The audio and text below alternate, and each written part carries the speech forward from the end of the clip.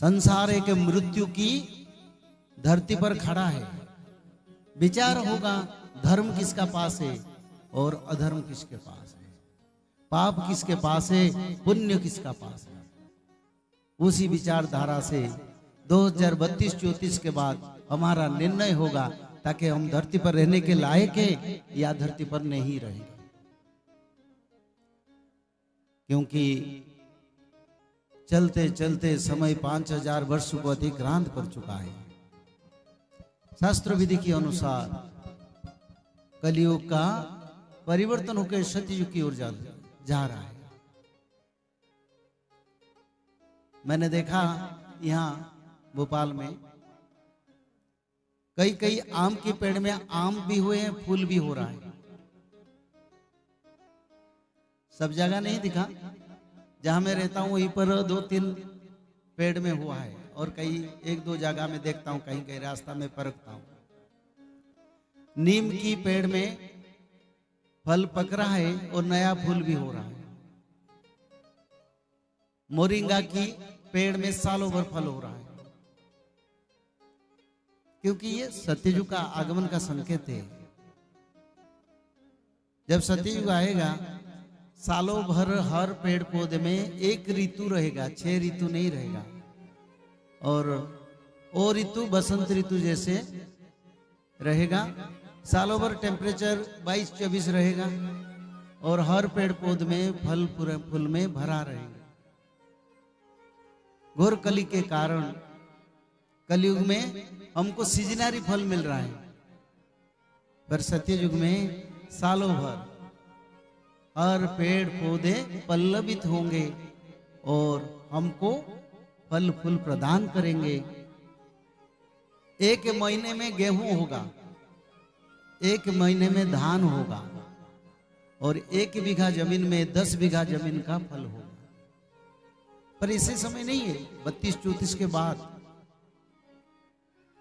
ये समय उस समय को नहीं आया। पर इस समय सारा विश्व में सूखा पड़ने की समय आ रहा है। बड़ा गर्मी होगा, लोग श्रीहीन हो जाएंगे, सुंदरता किसी में नहीं दिखाई देगा, सब काला पड़ जाएंगे।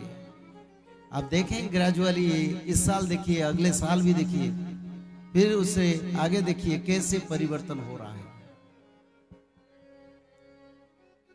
लोगों का सौंदर्य कुछ नहीं रहेगा, किसी का रंग ढंग नहीं रहेगा, ना किसी का गर्भ, ना किसी का अहंकार, ना किसी का दंभ, ना किसी का क्षमता। सबको प्रभु तोड़ देंगे। क्यों? ना मनुष्य ने मनमानी करके अपने आप को बड़ा समझ रहा है, पंचभूत का शरीर को समझ रहा है, ताकि ये मैं जीवन भर इस शरीर में रहूंगा। तो सूखा पड़ने की समय भी आ रहा है।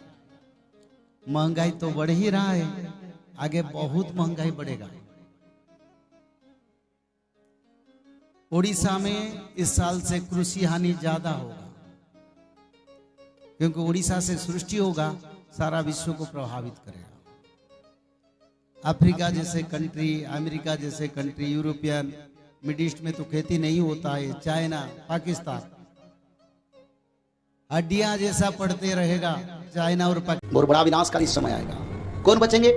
जो लोग त्रिकाल संध्या करेंगे, जो लोग माधव नाम भजन करेंगे, जो लोग भगवत महापुराण, श्रीमद् भागवत महापुराण में, भगवत गीता का बात नहीं कर रहा हूं मैं, श्रीमद् भागवत महापुराण का बात कर रहा हूं। शाकाहारी बन के त्रिकाल संध्या करना पड़ेगा। ब्राह्मी मुहूर्त पर उठ के त्रिकाल संध्या, मध्याह्न संध्या, सायं संध्या, 3 संध्या करना पड़ेगा। और 3 संध्या के साथ साथ भागवत जी महापुराण को ब्राह्मी मुहूर्त से रात 12 तक किसी समय 1 अध्याय पढ़ना पड़ेगा। और निरंतर माधव नाम को भजन करना पड़ेगा। और माधव नाम भजन करने से क्या होगा? भगवान आदि विष्णु सनातन कल की भगवान का कृपा आपके ऊपर रहेगा।